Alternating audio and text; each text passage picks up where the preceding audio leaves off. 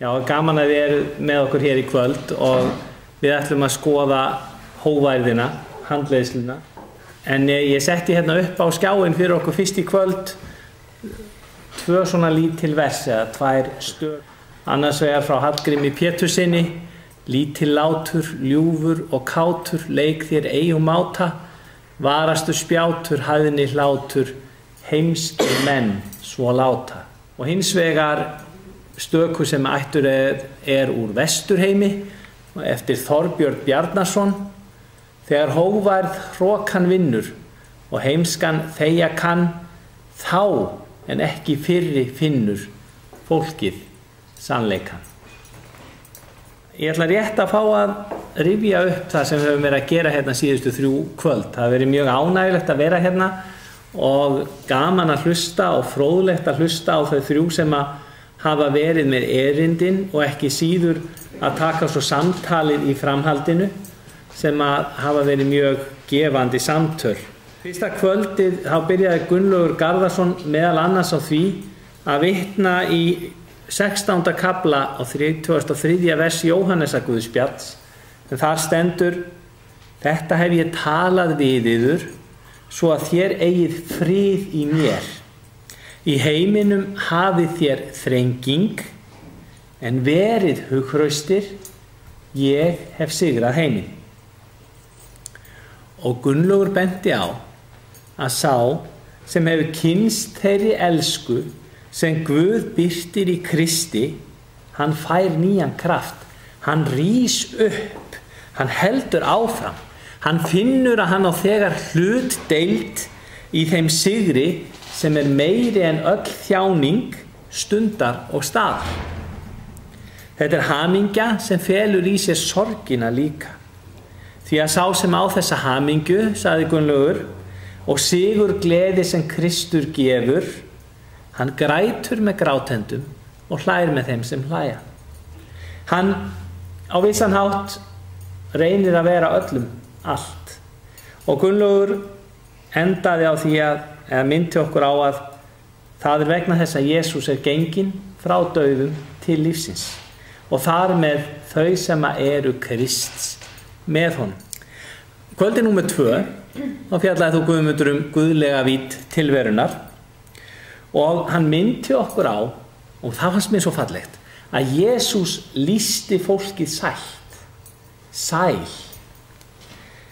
Hann rifjaði upp fyrir okkur að þetta var ósköp venjulegt fólk sem var þarna á ferðinni með Jesú. Fólk af ýmsum þjóðernum jafnvel. Og Guðmundur ítrekkaði sérstöðu fjallræðunar sem felst meðal annars í því að Jesús setur engin skilyrði. Hann lýsir okkur sæl þrátt fyrir það sem við erum með, þrátt fyrir að okkur hefur orðið á.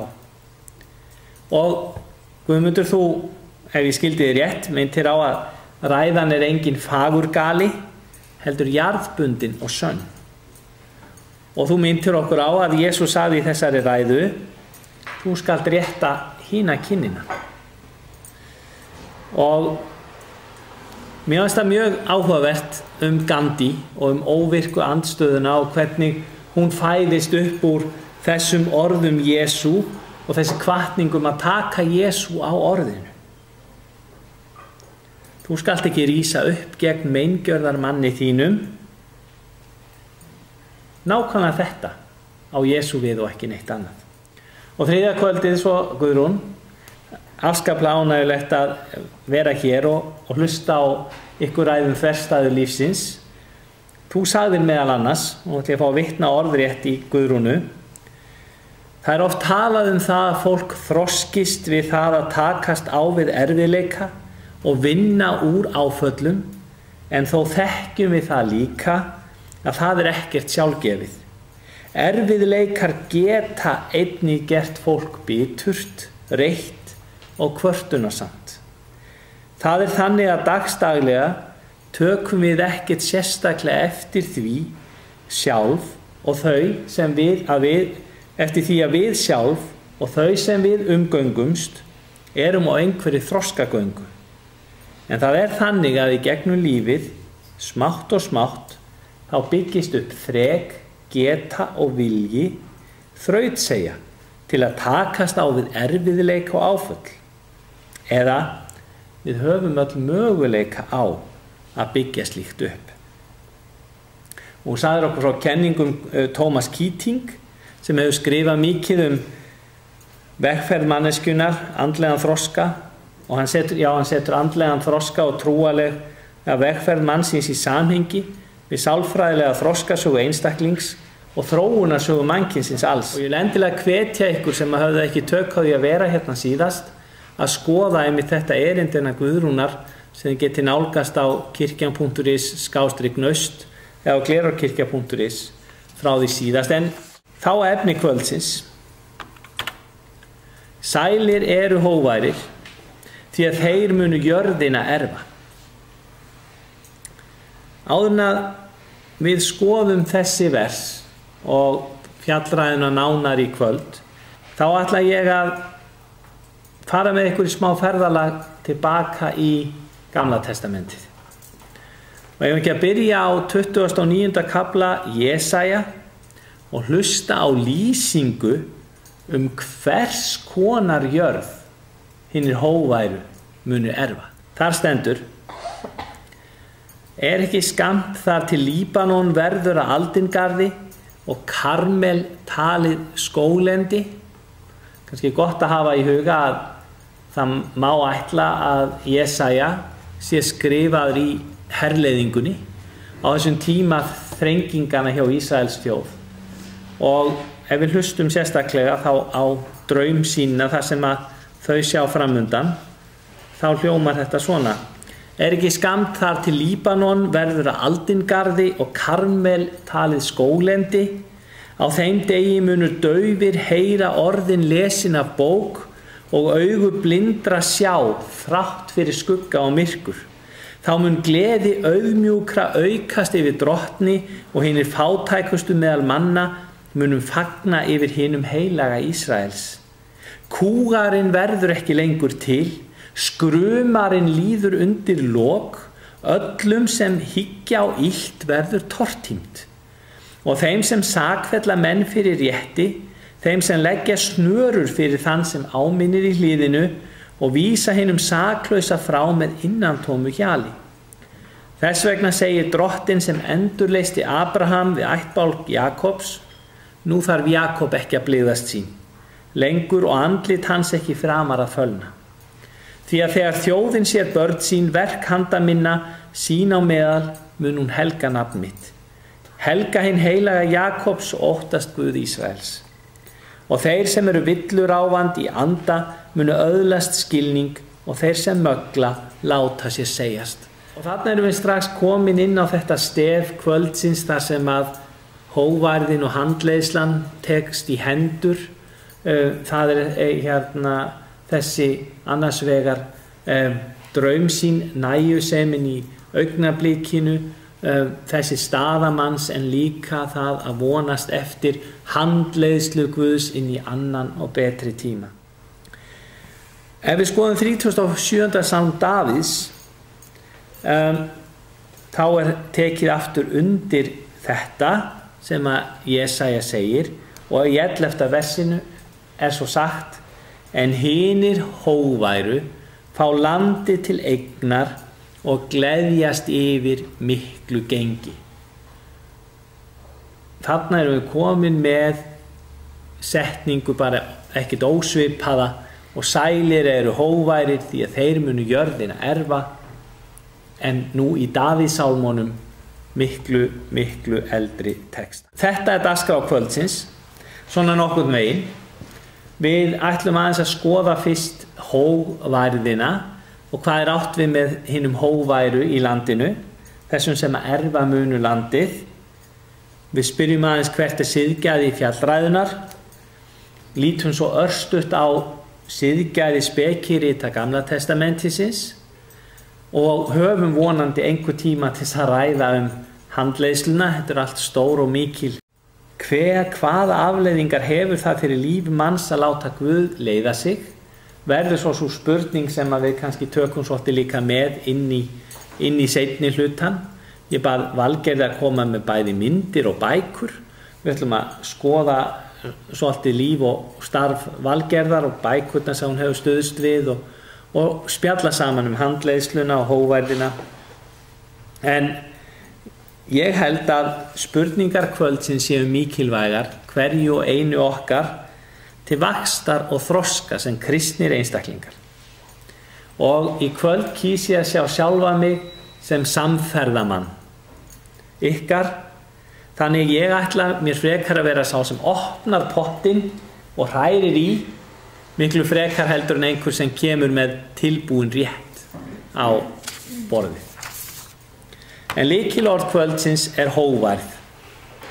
Ég ákvað að flétta upp í orðabók og ég var nú reyndar að viðurkenna að hérna núna kvöldi þegar ég var að skoða í orðabókinni, þá fór ég með það að sofa að í orðabókinni stæði hófsemd jafnt og hógværð.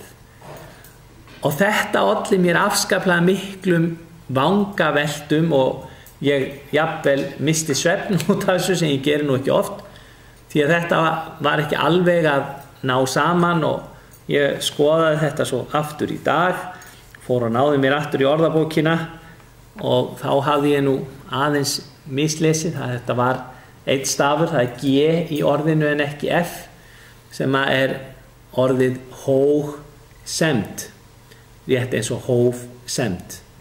En hógsamur þá andheiti þess að vera drambsamur. Og þarna svona nokkuð dæmi hóglátur jú þessi kyrrláti, hægi og hávaðalausi. Við göngum hóglega eða gætilega og hógværðin þetta lítillæti, rólindi, friðsemi. Þetta það sem við þekkjum úr íslenskri orðabók. Í Títusarbréfi þessi texti og ég set hann upp vegna þess að ég vil biðja ykkur og okkur öll að velta því aðeins fyrir okkur frá hvaða sjónarhorni ætlum við að skoða hógværðina. Og til að einfalda þetta þá ætla ég að halda fram að við þurfum að velja 2 sjónarhorn sem viss einföldun en það getur hún samt verið gaman. Ætlum við að skoða hógværðina út frá sjálfum okkur eða út frá Kristi. Þá á ég við, ætla ég að segja, ég get nú æft mig bara í dygðinni hógværð og ég get þetta allt sjálfur. Ég þarf bara að fara á námskeið og ég þarf bara að hugsa þetta og velta þessu fyrir mér og þá verð ég bara hógværðin uppmáluð því að ég get lært þetta, ég svo duglegur. Eða ætla ég að segja, ég algjörlega háður Kristi og náð hans að hann gefi mér hógværðina. Og hér eiga einkunnar orð eins af biskupskandidötunum mjög vel við. Þau hann á að vaxa, ég á að minnka. Þetta að Kristur eigi að verða meiri í okkur og egóið við sjálf minni. Og hlustu nú að þessu orðum sögðum á það sem stendur í Títusarbréfi, því að náð Guðs hefur opinberast til sálu hjálpar öllum mönnum. Hún kennir okkur að afneita óguðleik og veraldlegum gindum og lifa hóglátlega, réttvíslega og guðrækilega í heimi þessum. Í eftirvæntingu okkar sælu vonar að hinn mikli Guð og frelsari Jesús Kristur opinberist í dýrð sinni. Og aftur hljómar spurningin handleiðsluna inn í þennan biblíuteksta eða inn í það sem ég var að segja. Þegar ég segja síðust 2 sjónarhorn, hvort ætla ég að kýla þetta áfram sjálfur með eigin krafti eða leyfa drottni að leiða mig. Þannig að ég geti upplifað og skilið hvað það að vera hógvær.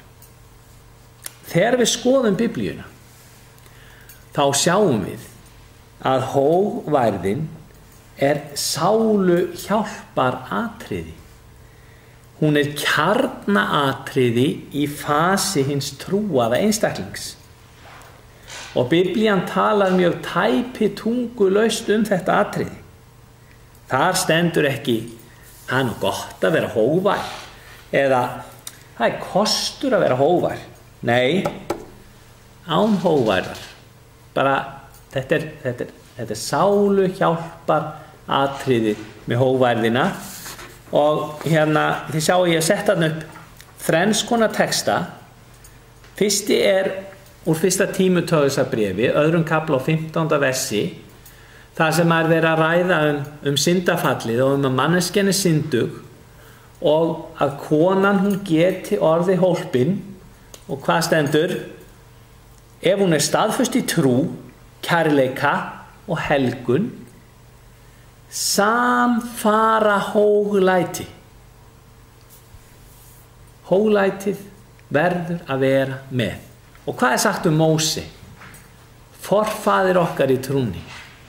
Enginn var jafn hógvær á allri jörðunni eins og hann. Og síðan hér neðst, úr Mattheus 11, hvað segir Kristur sjálfan sig? Lærið af mér, því að ég hógvær og af hjarta lítillátur. Lærið af mér, því að ég hógvær og af hjarta lítillátur. Skoðum aðeins pietisman og hér á Íslandi. Mér þykir efni kvöldsins hafa mikið með trúanlega vitnisburð að gera. Og þessa spurningu hvernig boðskapur kristninnar hefur áhrif á okkur í dag. Mig langar að byrja með ykkur í Sálmi 121. Ég hef augun mín til fjallana, hvaðan kemur mér hjálp? Hjálp mín kemur frá Drottni. Þetta uppvöskuna sálmurinn minn. Og nú ætlum ég að fá aðeins að útskýra það, að ég hef staðið frammi fyrir þeirri áskorun að þvottavél og uppvöskunavél á heimili þar sem ég var í heimsókn. Þetta var ekki alveg mitt, en ég var þar í heimsókn hér á námsárunum mínum. Þvottavélin og uppvöskunarvélin voru báðar ónýtar á sama tíma. Og það getur nú verið erfitt á heimili þegar að þvottavél og uppvöskunarvél eru báðar ónýtar á sama tíma, og þá verða til fjöll af þvotti í þvottahúsinu og það verða til fjöll af óuppvöskuðu leirtögi í eldhúsinu. Og hvað gerir maður þegar maður stendur fyrir framan svona verkefni? Segir maður ekki gjarnan, Guð hjálpi mér. Og í neyð okkar í erfiðum aðstæðum, sem eru kannski enn erfiðar en þessar, og við þekkjum öll, að þá köllum við gjarnan á Guð. Hjálpað okkur. Sumir fræðimenn halda því fram að þetta sé típiski Íslendingurinn, sem svona, sunnudögum og tyllidögum fer aðeins í kirkju, en annars mun hann bara eftir drottni sínum þegar eitthvað mjög erfitt. Og Tómas Guðmundsson orðar þetta nú svolítið vel í kvæði sínu Urð og grjót upp í mót, ekkert nema urð og grjót, klífa skriður, skríða kletta, velta niður, vera detta, hrufla sig á hverjum steini, halda sárið, ná í beini, finna hvernig hjartað berst, holdið mest og tungan skerst, og svo kemur ráma allt í einu drottin, elsku drottin, núna var ég nærri dottin, þér ég lofa því að fara, því líkt aldrei framar bara, ef þú heldur í mig núna, öðlast lítinn styrk við trúna, vera að missa vit og ráð, þegar hæsta hjalla náð. Og nú aftur að handleiðslunni, hvernig viljum við hafa handleiðsluna í lífinu? Guð björgunarsveit sem að má kalla til ef að við erum í háska, að því fjallið svo ókleift, illa kleift, og við allt í einu í lífsháska, eða viljum við hafa Guð með okkur í gleði, í hversdagnum, hvert skref. Þórunn Valdimarsdóttir, sagnfræðingur, segir áhrif píetismans á Íslandi. Þar sem guðfræði píetismans barst lítt hingað voru trúar hugmyndir þeirra texta sem fólk lifði sig inn í frá tímum réttrúnaðar. Ytri markmið náðust en innihaldið ekki. Eitt sérkenni íslenskara kristni á 19. öld því að kristileg andakt og hegðun vildi svona hverfa af fólki jafn skjótt og bænastund lauk. Svo virðist sem kristilegir mannasiðir sem trúa fólk í nágrannalöndum tileinkaði sér hafi ekki borist hingað frekar en innri áhrif píetismans og trúar efi upplýsingar guðfræðinnar. Og hvers vegna ég að nefna þetta í kvöld? Jú, ég bjó í 10 ár í Württemberg í Þýskalandi og þar upplifði ég píetisma, þessa trúarhreyfingu þar sem spurt og kallað eftir því að lífið allt, líf hins kristna manns, það vitni í orði og verki trúna, það sé gegnsýrt af trúnni og að maður heyri biblíuversið þegar manneskjan gengur inn sem að manneskjan með í hugan í svona mjög skarpri mynd af því. En það var árið 1689 sem að prófessor í Leipzig, Joachim Feller, komst svo orði hvað pietisti.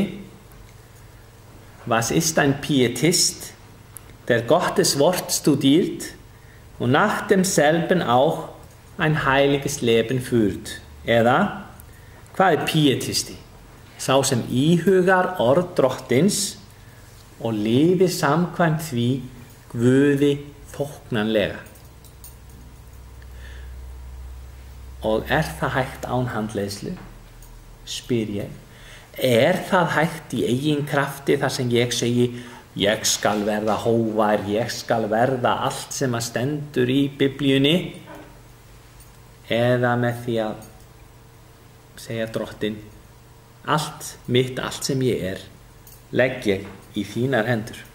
Ég veit ekki hvernig ykkur þykir það, en ég á það til að flétta upp í eldri bókmenntum til þess að reyna að átta mig á samhenginu, til þess að reyna að átta mig á því hvernig menning og viðhorf dagsins í dag hafa mótast. Og við eigum jú virkilega ríkan bókmenntaarf. Fyrir mér biblían mjög mikilvægur hluti þess bókmenntaarfs, en það eru margar fleiri perlur í þeim mikla bókmenntaarfi sem við eigum. Og ein af þeim bókum sem hafa verið endurprentað núna bara 1993 hómilíubók. Þar sem má finna íslenskar stólræður. Hómilíubók sennilega tekin saman svona árið 1200 en ræðurnar kannski eitthvað eldri. Og þar meðal annars talað grandvarlegt líf sem á margan hátt, en þó kannski ekki, mætti tengja við píetisman, við þessar hugmyndir að lifa því lífi sem að biblían boðar. Í stólræðu sem að hefur núna yfirskriftina í nýju prentunni grandvarlegt líf sagt frá samskiptum sem munkur nokkur átti við kölska sjálfa. Munkurinn hafði lagt kubl sinn í hirslu sína, en kölski náði klæðinu. Þó svo að munkurinn hafi náð kublinum tilbaka aftur, þá voru honum gjörsamlega ómögulegt að nota klæðið, jafnvel þó að það væri þvegið. Og þar stendur í þessari ágætu hómilíubók: klæðið varð af snertingu kölska, og hlustiði nú, það var saurugt og fúlt og leiðilegt og til einskis mátti nýta þótt þvegið væri. Og þetta varð munkonum í klaustrinu mesta ráðgáta. Þannig að þeir snéru sér til Gregoríusar páfa og spurðu hann hverju þetta mætti sæta, að drottinn sjálfur hefði nú gefið óvini sínum í neðra svona mikið vald. Svar páfa var einfalt. Guð vildi sýnast láta utan á klæðum óhreinsuð þá í hjartanu var og í hug. Og í stólræðunni mynd á grandvarlegt líf. Í stólræðunni mynd á að grandvarlegt líf snýst hvorutveggja. Grandveri líkamans og grandveri hugar og hjarta. Grandveri líkamans segir: grandveri líkams að girnast eigi á annars manns eigin og forðast hórdómljótan, fasta vel þá maður skal fasta, mæla eigi ónýt orð né flærðsamleg og hafa skipulegan búning á öllu og maklegan sinni fyrirætlun og svo hár og klæðnuð sem sæmir. Hafa og eigi vináttu við vonda menn, iglast á engi, láta eigi geiga augu sín, gera engum kynróða og lasta engi, hlæja eigi að gömlum manni né vanheilum, dæma eigi of það þú veist eigi og mæla eigi allt það þú veist.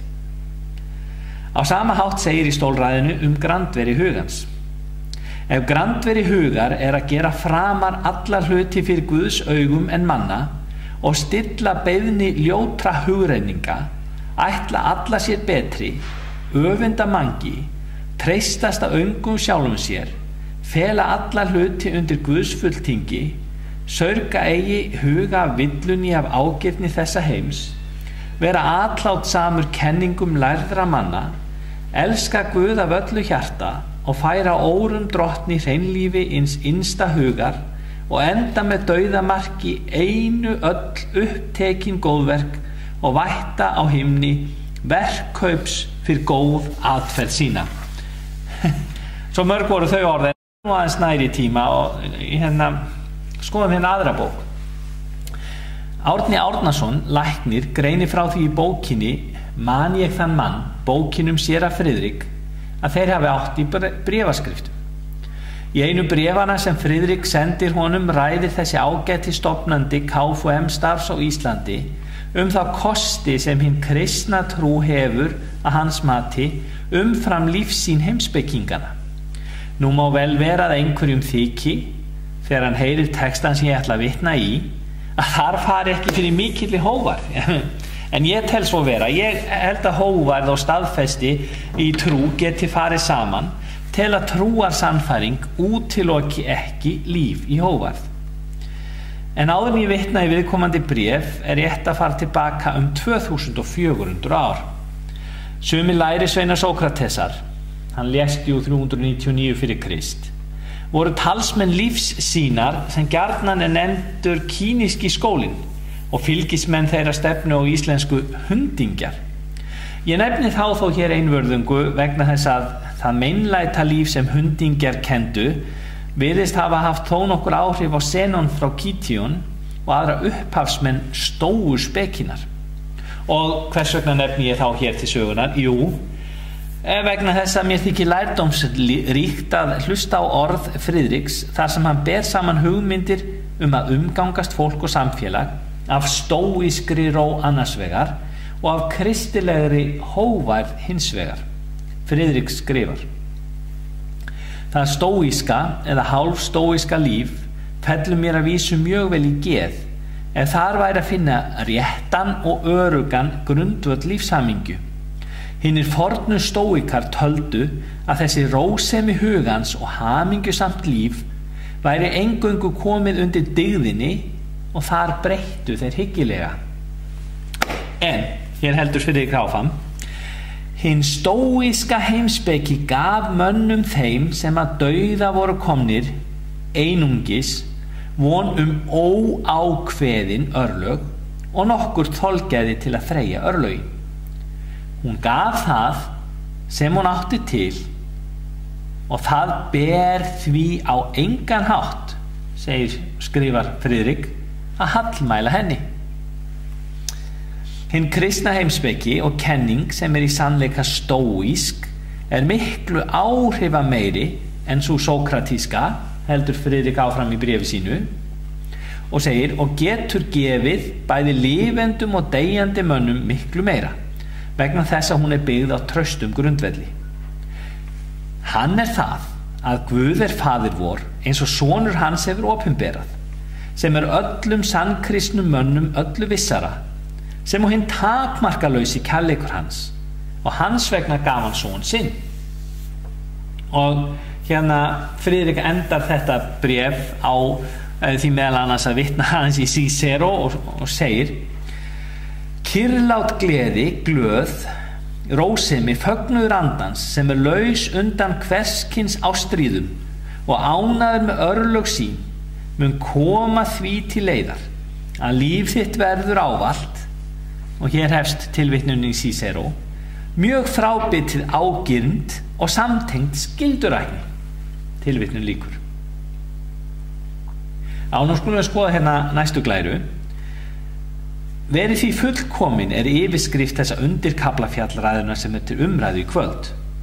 Skoðum aðeins þessar kröfur sem settar okkur í garð. Þið sjáu hérna þennan texta og þekkið hann mjög vel, og við erum komin í svolítið tímarhæk í kvöld, þannig að ég bara vil hvetja ykkur endilega til þess að skoða þennan texta betur og lesa hann fyrir ykkur sjálf heima og setja hann hérna í samhengi. En ég ætla að hoppa hérna beint yfir í glæru 11. Skoðum fjallræðuna aðeins betur, og þá sérstaklega spurninguna út frá spurningu kvöldsins siðgæði hennar. Spurt hefur verið hvort hún geti miðlað okkur efni í grunn að siðferðilegu samfélagi. Þetta eru guðfræðingar og ýmsir aðrir fræðingar ósammála.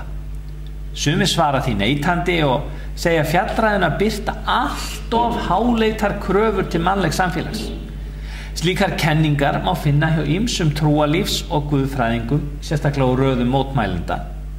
En hér vert að hafa í huga, eins og Guðmundur kom inn á, þú nefndi þetta Guðmundur á kvöldi 2, að orð Jesú á fjallinu beindust upprunanlega að litlu samfélagi trúaða.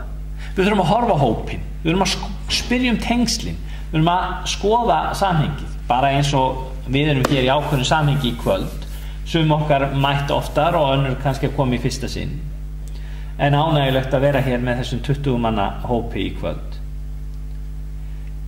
Það mjög til siðs í skólum, félagsmiðstöðastarfi, skólabúðum og víðar að fá ungmennin til að setjast niður og semja samskiptareglur hópsins. Þá horfa þau einmitt á það samhengi sem þau eru í. Ef við skoðum fjallræðuna sem slíkar reglur sem hópur fólks setur sér sem markmið, sem háleita hugmynd drauma samfélag, þá hefur hún augljósa kosti. Hún hefur allt það að bjóða sem einstaklingar þurfa að tileinka sér til að geta lifað saman. Hógværð, lítillæti, réttlætisást, miskunnsemi og friðsemi. Þetta allt tengslalegi þættir sem nauðsynlegir eru svo að samfélag fólks megi verða friðsælt. Í fjallræðinu beinir Jesús sjónum okkar að því hvernig við eigum að vera og breyta sem einstaklingar og samfélag svo við megum lifa betur saman. Getur ekki verið að við þurfum að játast þessum texta, setja okkur hann sem háleitt markmið? Ég minni á að, fyrirgef ég nú kannski farin að tala svolítið hratt, við erum að falla hér aðeins á tíma í kvöld, en ég minni á að hér áðan þá fléttum við upp í texta úr Jesaja þar sem Ísraels þjóðin í herleiðingu veltir framtíðinni draumalandinu fyrir sér. Það eru slíkar frásagnir og umræða sem eru framlag kristinna kirkju til íslensks samfélags í dag. Við þurfum að bjóða upp á andstöðu við ríkjandi kapitalískan neysluhugsunarhátt. Sá einlíti mannskilningur sem við finnum í Biblíunni getur verið lykill að bættu samfélagi. Og nú skulum við fara hérna yfir á næstu glæru.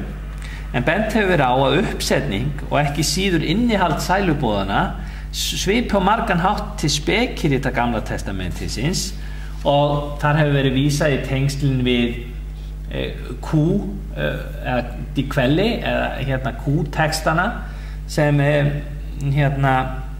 á bakvið sumar hluta Guðspjallana. Við ætlum ekki að fara út í það nánar hér, en skoðum nokkra texta úr Predikaranum. Betri fátækur unglingur og vitur en gamall konungur síðan heimskur og taki ekki fortölum. Eða, því að þar sem mikið drauma og orð, þar og mikill hégómi, óttastu heldur Guð. Eða, vertu í góðu skapi á góðum degi og hugleitu þetta á illum degi. Guð hefur gert þennan dag alveg eins og hinn til þess að maðurinn verði einskis vísari það sem síðar kemur. Og hér 4. versið: Syndarinn gerir það sem illt 100 sinnum og verður samt gamall, þótt ég viti hins vegar að réttlátum mönnum sem óttast Guð vegnar vel. En hlaupum áfram yfir aðeins á glæru 13. Í Gamla testamentinu eru 3 rit talin til spekirita: Jobsbók, Orðskviðirnir og Predikarinn. Að auki ber að nefna Síraksbók og speki Salomons sem teljast til apokrífa rita Gamla testamentisins.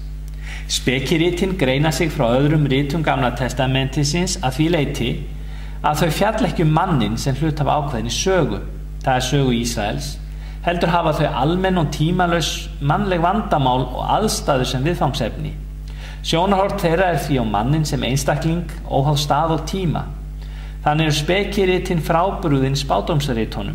Þau tilheyra alþjóðlegri hefð spekibókmennta sem eiga sér upphafi á Egyptum á 3. árþúsundi fyrir Krist. Í þjóðfélagsgerð eins og þeirri sem var við lýði meðal ættbálka Ísraels áður en konungdæmið var stofnað af Sál og var áfram við lýði ásamt konungsdæminu eru það öldungarnir. Það höfuð einstakra ættbálksins sem kenna ungdómnum og fara með valdið í samfélaginu, þar með dómsvaldið. En nú væri hægt að fara út í svona mismunandi skrif fræðimanna þetta.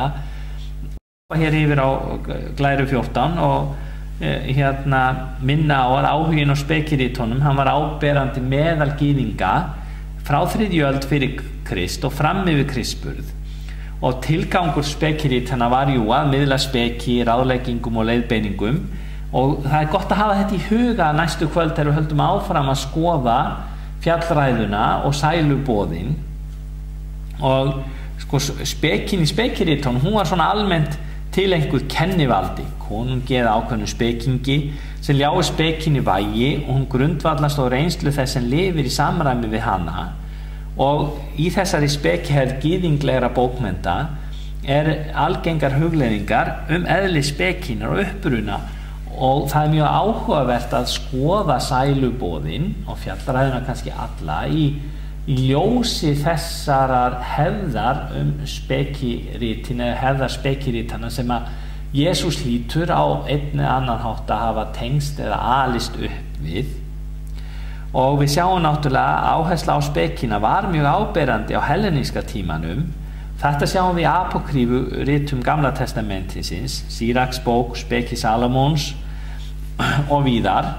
Og þessi áhrif að skila sér inn í elstu heimildi kristindómsins og inn í fjallræðuna og jafnvel sæluboðin. Og verður áhugavert að skoða þetta. Við ætlum núna í seinni hlutanum í kvöld að skoða nánar handleiðsluna. Ég ætla að taka hér samtal upp við þig, Valgerður, og ánægilegt að þú getur verið með okkur hér í kvöld. Og við ætlum semst að skoða þetta nánar með handleiðsluna og flettum hér upp nokkrum myndum frá þínu starfi, en ætli sé ekki best að við förum fyrst í kaffi áður en við skoðum þetta nánar með handleiðsluna. Takk.